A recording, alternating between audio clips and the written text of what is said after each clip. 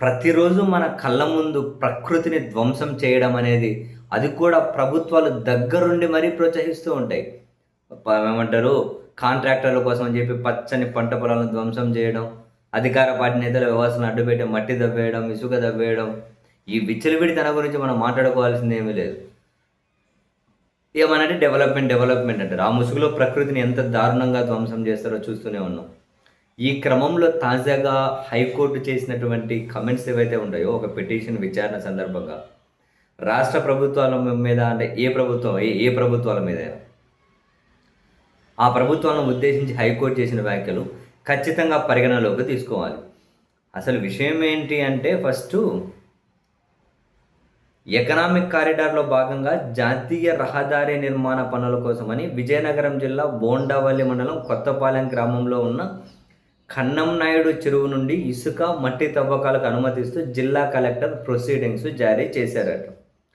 సహజ వనరుల పరిరక్షణ నిమిత్తం ఈ ఏడాది మే 8న జారీ చేసినటువంటి ఈ వీటిని ఖచ్చితంగా అమలు చేసి అంటే ఈ సహజ వనరుల పరిరక్షణ నిమిత్తం ఏవో కొన్ని ప్రొసీడింగ్స్ ఉన్నాయి. ప్రొసీడింగ్స్‌ని ప్రభుత్వం ఉల్లంఘించిందట. ఈ క్రమంలో ఆ అంశం మీద మట్టి తవ్వకాలను, ఇసుక తవ్వకాల చెరువులు సవాల్ చేస్తూ స్థానికంగా ఉండే కొందరు హైకోర్టులో పిటిషన్ దాఖలు చేస్తే, ఆ పిటిషన్ను విచారించినటువంటి న్యాయమూర్తి జస్టిస్ మహేశ్వరరావు గారు చాలా అద్భుతమైన వ్యాఖ్యలు చేశారు. ఖచ్చితంగా వినాల్సింది. పర్యావరణ పరిరక్షణ ఆధునిక కాలంలో పుట్టుకొచ్చిన ఆలోచనేమీ కాదు. ముఖ్యంగా భారత్‌లో ప్రకృతిని ప్రేమించడం, పరిరక్షించడం అనేది మన సంస్కృతి, జీవన విధానంలో ఒక భాగంగా ఉంటూ వస్తుంది. మానవాళి మనుగడకు అత్యంత కీలకమైన నీరు, ఇతర సహజ వనరులను ప్రపంచంలోని అన్ని ప్రధాన మతాలు పవిత్రమైనవిగా భావిస్తాయి. నేడు మనం మాట్లాడుకుంటున్న పబ్లిక్ ట్రస్ట్ సిద్ధాంతం మూలాలు ఈ ఆధ్యాత్మిక బోధనల్లో స్పష్టంగా ఉన్నాయి.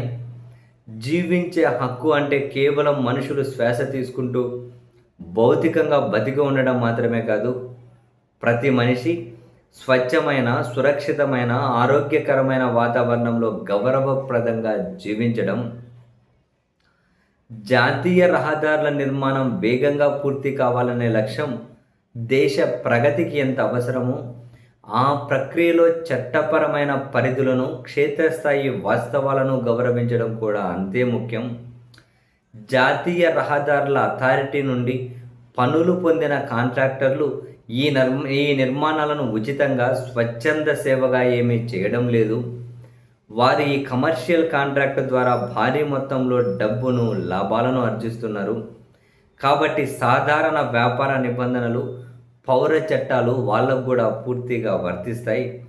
రహదారుల నిర్మాణానికి అవసరమైన మట్టి, ఇసుక వంటి సహజ వనరులను సేకరించడం పూర్తిగా ఆయా కాంట్రాక్టర్ల బాధ్యత. చట్టం విధించిన కఠిన నిబంధనలను ఉల్లంఘించి అనుమతులు లేకుండా ఇష్టరాజ్యంగా తవ్వకాలు జరపడం అనేది నేరం అని విస్పష్టమైన తీర్పు. పర్యావరణాన్ని కాపాడడం కోసం ఈరోజు మనం తీసుకునే నిర్ణయాలు లేదా విధించే చట్టపరమైన ఆంక్షలు తక్షణమే కంటికి కనిపించే ఆర్థిక లాభాలను ఇవ్వకపోవచ్చు, కానీ ఆ నిర్ణయాలను నిజమైన స్ఫూర్తితో అమలు చేస్తే అది మన తర్వాత రాబోయే బిడ్డలకు మనం ఇచ్చే అత్యంత విలువైన కానుక. మన ముందు తరాలు ప్రకృతిని పూర్తిగా ధ్వంసం చేయకుండా కొంతవరకు కాపాడగలిగారు కాబట్టి ఈరోజు మనం ఈ భూమిపై శ్వాస తీసుకోగలుగుతూ ఉన్నాం. ఒకవేళ వారు కేవలం తమ స్వార్థ ప్రయోజనాల కోసమే ప్రకృతిని పూర్తిగా దోచేసి ఉంటే ఈరోజు మనం మాట్లాడుకుంటున్న జీవించే హక్కు, దాని విస్తృత పరిధులు కేవలం కాగితాలకే పరిమితమయ్యేవి. దీంతో మన మనుగడే ప్రశ్నార్థకమయ్యేది.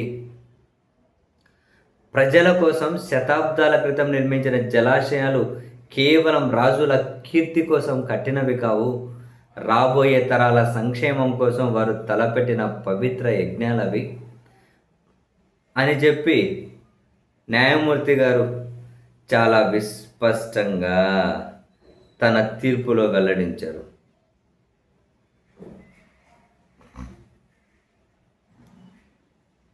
సంపూర్ణ న్యాయం చేయడం కోసం, ప్రజా ప్రయోజనాలను కాపాడడం కోసం ఈ కోర్టు కూడా తన అంతర్గత అధికారాలను ఉపయోగించి మేము ఈ ఆదేశాలు ఇస్తూ ఉన్నాము అని చెప్పి కలెక్టర్ ఇచ్చిన ప్రొసీడింగ్స్ను కొట్టివేసుకుంటూ పర్యావరణాన్ని కాపాడాలనే ఉద్దేశంతో హైకోర్టు ఇచ్చినటువంటి చాలా చాలా క్లియర్ కట్ తీర్పు ఇది.